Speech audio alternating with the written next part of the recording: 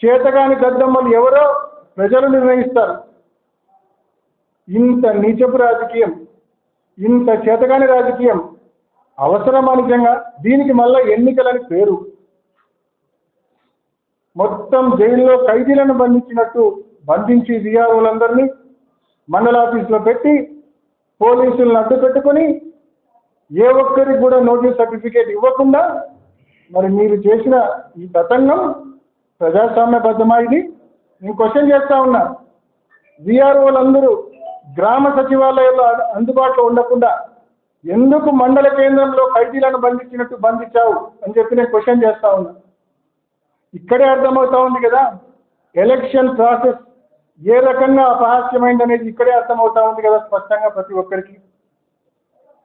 13 నిన్న ఉదయాన్నే కవరేజ్ చేయడానికి వచ్చిన మీడియా వాళ్ళని సైతం మీడియా వాళ్ళ పైన కూడా దాడి చేశారు. మీడియా వాళ్ళ పైన దాడి చేస్తుంది, మండలాఫీస్ లోపల విఆర్ఓలను బంధిస్తుంది. మళ్ళీ మీకు నోటీస్ సర్టిఫికేట్ రాలేదని, నోటీస్ సర్టిఫికేట్ ఎవరు రాలేదని చెప్పి మళ్ళా అబద్ధాలు మాట్లాడతారు. సిగ్గు ఉండాలా, మాట్లాడితే కొంచెమైనా నిజాయితీ ఉండాలా, నిజం ఉండాలా. మరి ఈ మాదిరి తప్పుడు రాజకీయాలు, ఈ మాదిరి చేతగాని రాజకీయాలు చేస్తున్న నువ్వు ఈరోజు ఊరిలో నీ ఆఫీస్లో కూర్చొని ప్రగల్భాలు పలుకుతా ఉన్నావు. నిజంగా ఎన్నికలు జరిగి ఉంటే రైతులు మీ ప్రభుత్వం ఏం చేసిందని రైతులు మీకు ఓటేస్తారా? ఏం చేసింది మీ ప్రభుత్వం? ఎన్నికలప్పుడు ప్రతి రైతుకు 20,000 రూపాయలు డబ్బిస్తా అన్నావు. 7 మాసాలైంది, ఒక్క రూపాయి ఒక్క రైతుకి ఇప్పటిదాకా ఇచ్చిన దాఖలాలు లేవు. ఉచిత పంటల బీమా ఉండేది, ఇప్పుడు ప్రీమియం కట్టించుకుంటున్నావు. మీ ప్రభుత్వం వస్తే ఈ క్రాప్ విధానం తీసేస్తా అన్నావు, ఇప్పుడు అదే ఈ క్రాప్ విధానం నువ్వు ఫాలో అవుతా ఉన్నావు. ఈరోజు పంటల గిట్టుబాటు ధరల పరిస్థితి ఏంది? పక్క జిల్లాలో ధాన్యం పరిస్థితి ఏంది?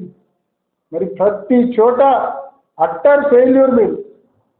మరి అట్టర్ ఫెయిల్యూర్ కాబట్టే రైతులు వచ్చి స్వయంగా ఓట్లు వేస్తే మీ బండారం బయటపడుతుంది కాబట్టి భయంతో, చేతగానితనంతో వైఎస్ఆర్ కాంగ్రెస్ పార్టీ మద్దతుదారులకు, రైతులకు నోటీస్ సర్టిఫికేట్ అందించకుండా వాళ్ళు ఎలక్షన్లో కంటెస్ట్ చేయకుండా అడ్డుకున్న దద్దమ్మవు నువ్వు ఈరోజు వచ్చి మాట్లాడుతూ ఉన్నావు. 1978 నుంచి రాజకీయాలు. మరి ఈరోజు ఆయన వచ్చి పెకిలిచ్చాడంట, కుక్కుటి వేలతో పెకిలిచ్చాడంట. మొహం అద్దంలో చూసుకో ఒకసారి. ఎలక్షన్ నువ్వు ఏ రకంగా చేసినావో నీ ఒక్కడికే తెలుసు అనుకుంటున్నావేమో.